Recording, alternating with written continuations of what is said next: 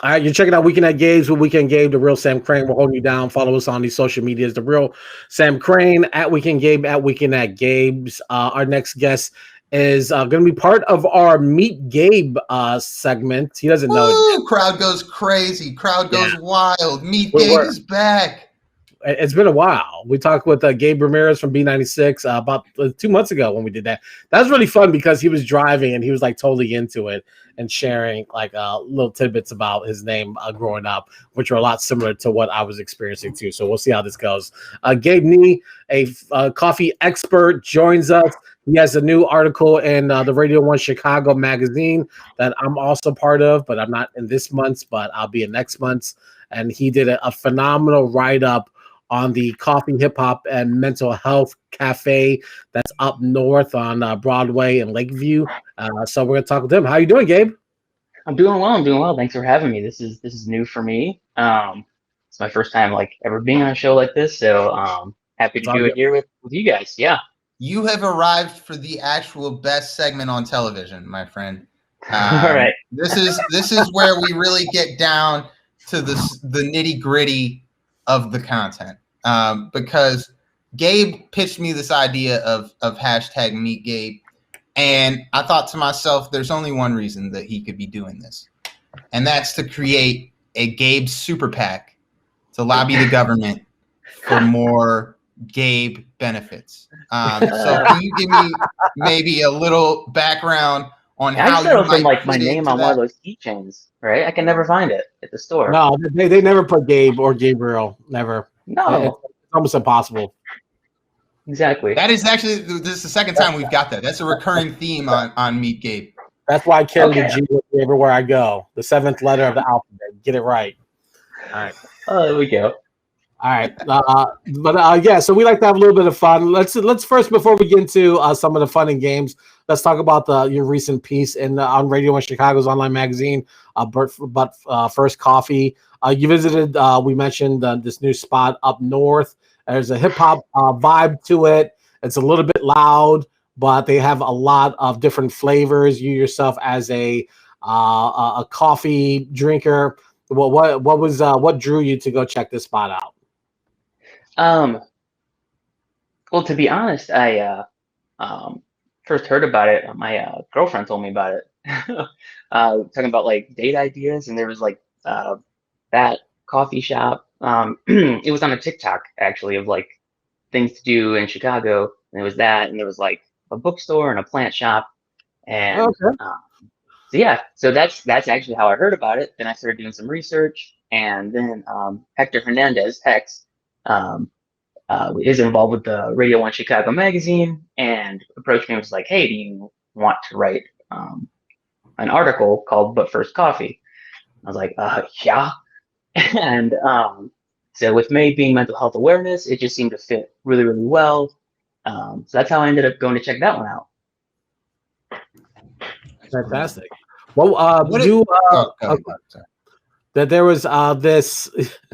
I enjoyed the description because you paint a lot of colors in your piece, but to me the best line was about the beehive creation, and your quote is the beehive, Beehive. Excuse me, I don't want to smoke with the Beyonce clan.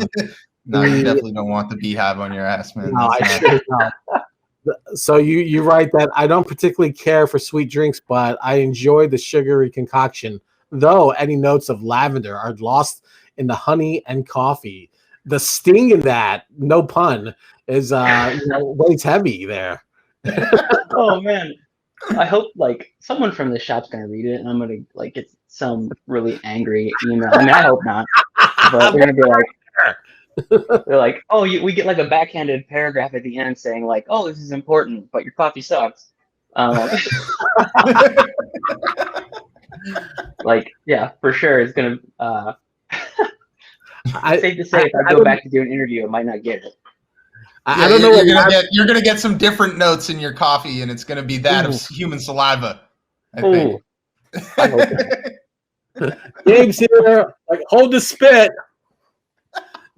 Just kidding. Anyways, it's a great piece. I definitely want to see it. But you also give us some context and some history, and I wanted you to talk a little bit about this. The 3 waves of coffee. I had no idea about any of this. Can you briefly describe what the 3 waves are? Yeah. So the whole like using waves, it's like an appropriation of there's 3 waves of feminism, and so some writer basically appropriated it to explain the generations.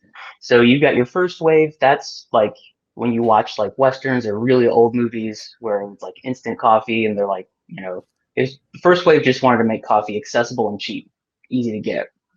Um, and then the second wave started in 1960s, Berkeley, California. Pete's Coffee and Tea. The owner wanted to, I, I could ruin Pete's for a lot of people, unless everybody already knows it. Pete's has been ruined for a lot of people already. I don't think Oh no, not like talking bad about him. Just like it's Starbucks bought him, and that makes a lot of people be like, ugh. But. So the second wave started with Pete's in Berkeley, and the owner basically was like, let's go source our beans ourselves. We'll get higher quality ones. We'll get them. There's a thing called single origin. So if you get a can of Folgers from the store, you don't know, like, I don't want to get too in the weeds. It could be from lots of different farms and areas and countries, all kind of like put into one thing. And so if you go get all of your coffee beans from one farm, like one country, then it's like very consistent and it's higher quality and you have more control. And so then the third wave kind of started probably in the 90s, but I would say it really picked up like in earnest when the hipster thing started to take off, like the late, aughts, like late 2000s. Early 2010s. That's when you see places like Intelligentsia, Blue Bottle's big on the West Coast, and they took it to another level. They introduced an artisan kind of quality to it, and yeah, so that's the 3 waves. As brief as I struggle with brevity. Just No, that's okay. I was gonna ask because I was in New York last week and I was talking with a friend of mine. And a friend of mine actually has a coffee business. He's an online coffee retailer out of Oak Park, Grind Coffee, GRND. If you're looking to try some products, I'll send you his way. But I'm pitching this to my friend in New York. He lives in Brooklyn, and he starts talking about the coffee he likes, and he's like, "I need it locally sourced. I need it with volcanic soil from this specific place in Ecuador." And I was like, you know what? I think you're probably batting in a different tax bracket than I am as far as coffee. Because, I was like, I don't mind Folgers, but I buy Evans coffee because it's fantastic. I love it.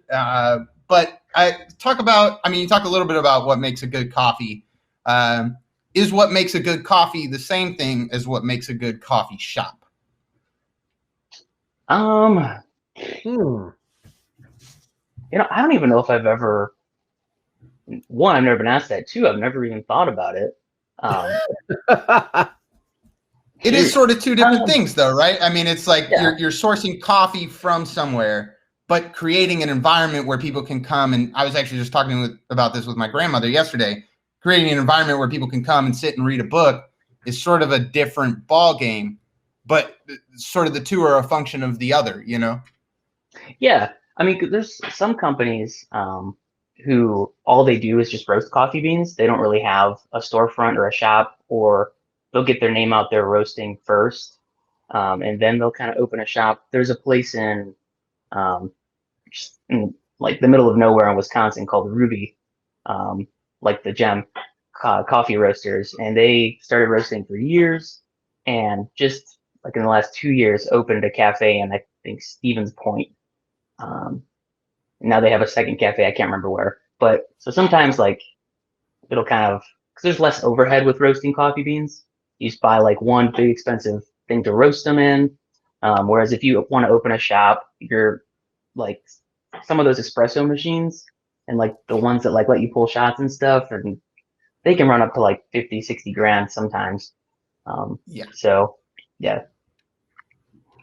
I don't know if I answered your question. Sorry. Yeah, no, I think that's you hit all the points, I think. We wanted to have a little fun with this Meet Gabe, so I'll just ask a series of questions. Do you Series of prefer? Gabe questions. Yes. Yeah, series of Gabe questions. Do you prefer Gabe or Gabriel? Ooh, here's the thing. I generally don't have a preference. Very few people in my life call me Gabriel. Fact. But here's the thing. I will introduce myself 100% of the time. I'm Gabriel because every time, because I kind of like slur my words together and I talk fast. And so if I say I'm Gabe, I've gotten Dave, I've gotten Abe, Yep. I've gotten one time in high school, everybody thought I came out of the closet. They thought I got up and was like, I'm gay. And I was Yep. like, well, I'm not. My name's Gabriel. And okay, that's a great way to start 10th grade. So yeah, I don't have a preference between the two, but I'll introduce myself every time as Gabriel. Is Gabriel on your resume or is Gabe on your resume? So I'm one of those stuffy people. I use Gabriel and then my middle initial G and then my last name Nye. So Nice. yeah. No, you have to use your full name. I mean, like I'm the same way. I don't introduce myself as Gabriel. I just say Gabe because Gabriel seems so formal, and I'm like the only people that call me Gabriel are either the police or hiring. That's it. It's like no one else.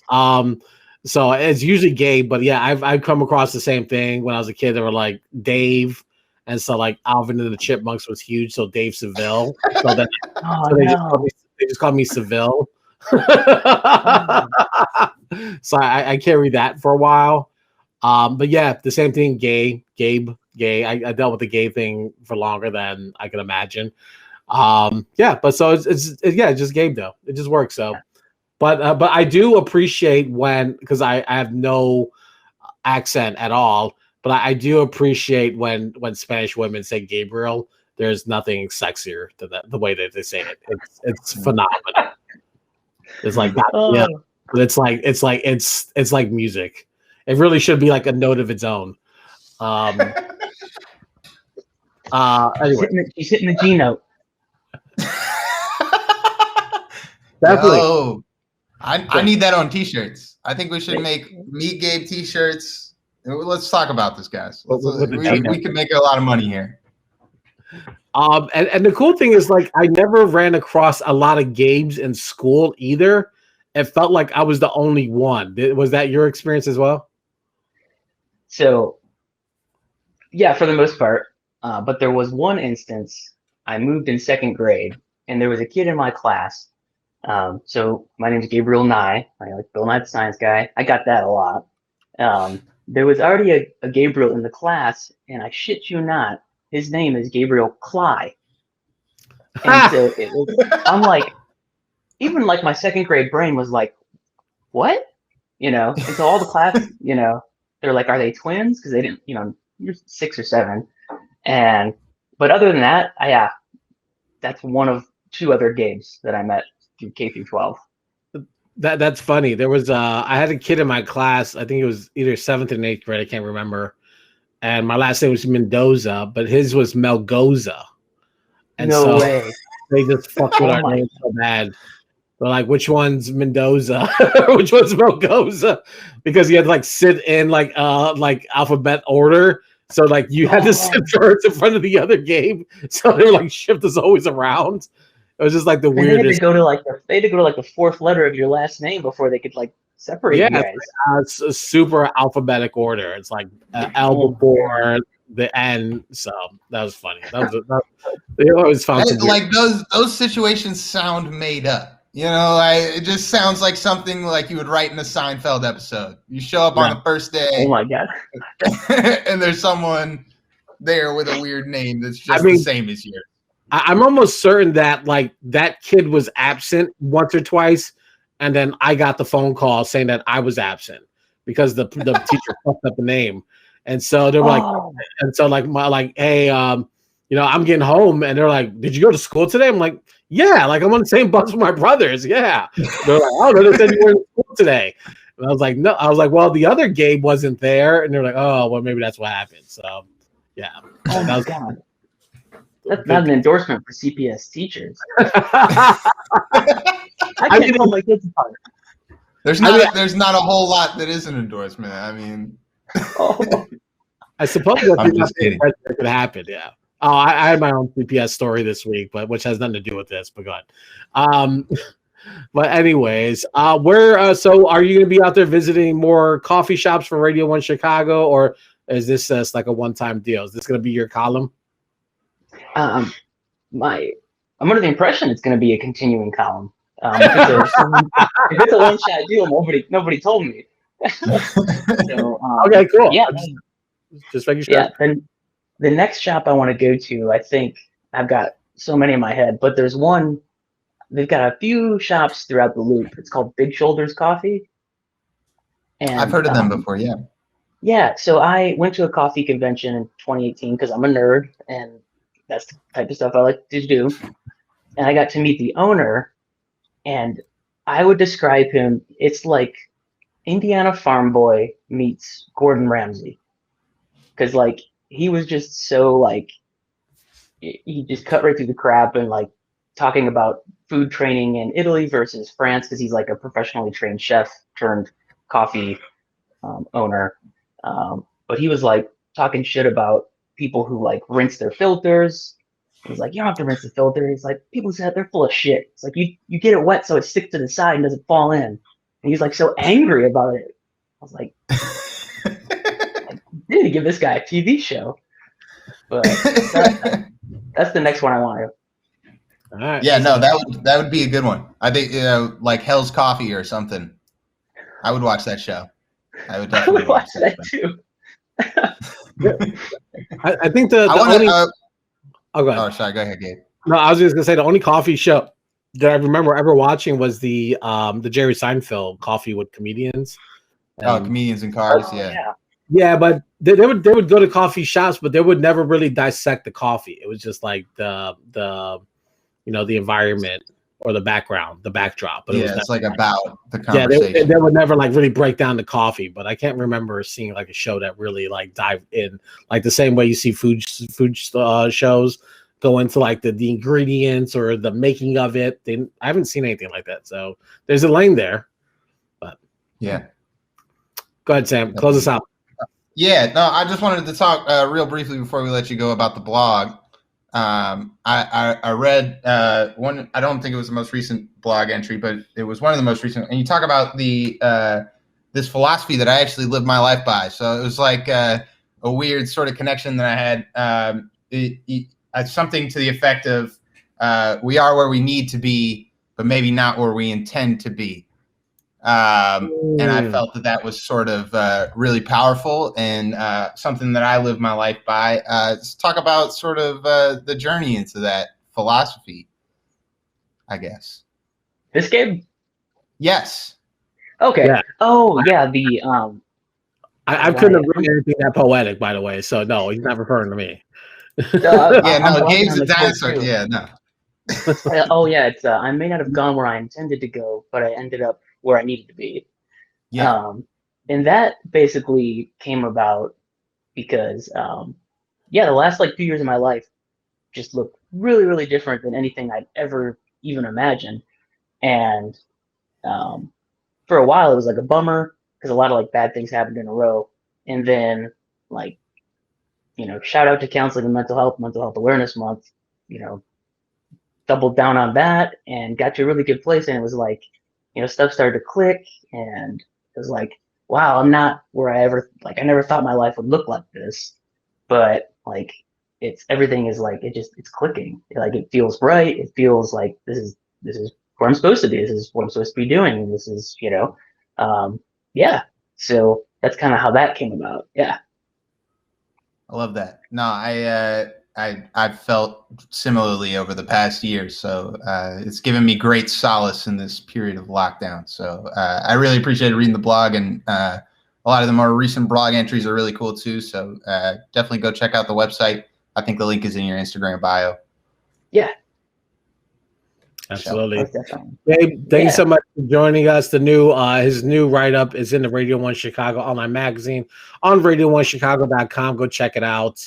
if you can. There's a lot of great local commentary, photography, art. It's a fantastic issue that was put together by Radio 1. So please go check it out. Support it. Donate a few bucks if you can. Gabe, hopefully we'll see you back, or I'll see you in the next issue. I'll be in the next issue. All right, I look forward to it. I had nothing for this issue, so it's one of those things. Okay. But I like how they like legit pulled my photo from the issue. Like they're like, you're not a contributor this month. Not that I'm just not a regular contributor. They like pulled my photo, and I was like, all right, it's like that, huh? It's like when you put in the work, you get your photo back. Oh no! Yeah, I was wondering where your photo went when Hex sent me the link to it. I was checking it out. I was like, wait, like there was supposed to be another Gabe in this magazine. What? Not this month, there isn't. Nope. Like, all right, well, I guess I'm not upset about it. But I just thought it was funny as hell. But I'm like, all right, well, I guess it's like setting your away or to D&D. It's like I'm just not here anymore. But when I get back, well, my icon will pop back up. So next month, hopefully it'll pop back up. All right, Gabe, enjoy the rest of your Friday. We appreciate your time for joining us here on Weekend Egg. Thanks for having me, guys. Take care. Right. We are nearing 9 o'clock, so we're going to get out of here. But we did want to preview next week. Kip Stone is going to join us. He also has a new record out that's coming out tomorrow. So we're going to dive into that with him, the Ohio-based MC. And then we're going to also bring back Abraham Fees. Abraham Reisman is back on Friday. And we're gonna be an hour earlier. So we're actually gonna go live at 7 p.m. Central Time. That's 8 p.m. Eastern. So everybody should tune in 1 hour earlier that day, and we will be holding it down on Weekend at Gabe's like we do. If you want to check out any of the links to anything that we talked about in the show, it is below in the YouTube description. If you're watching this on YouTube, if you're watching this on Twitch, that doesn't make a lot of sense to you right now, but it will when we post it on the socials tomorrow. So once again, follow us on the socials at Weekend Gabe, at Weekend at Gabe's, and at The Real Sam Crane. There you go. All right, Sam, I will see you tomorrow night for dinner. Look at that. Yes, sir. That's our first in-person dinner. This is big for us, man. Listen, I'm gonna dim the lights for you, Sam. Put on some candlelight. Candlelit? Yeah, for sure. Some Tevin Campbell. I'm gonna make your girlfriend forget that she's in the room. Yes, and that is how we sign off. Enjoy your weekend, everyone. Be safe. We'll do it again next Tuesday right here on Weekend at Gabe's. Adios.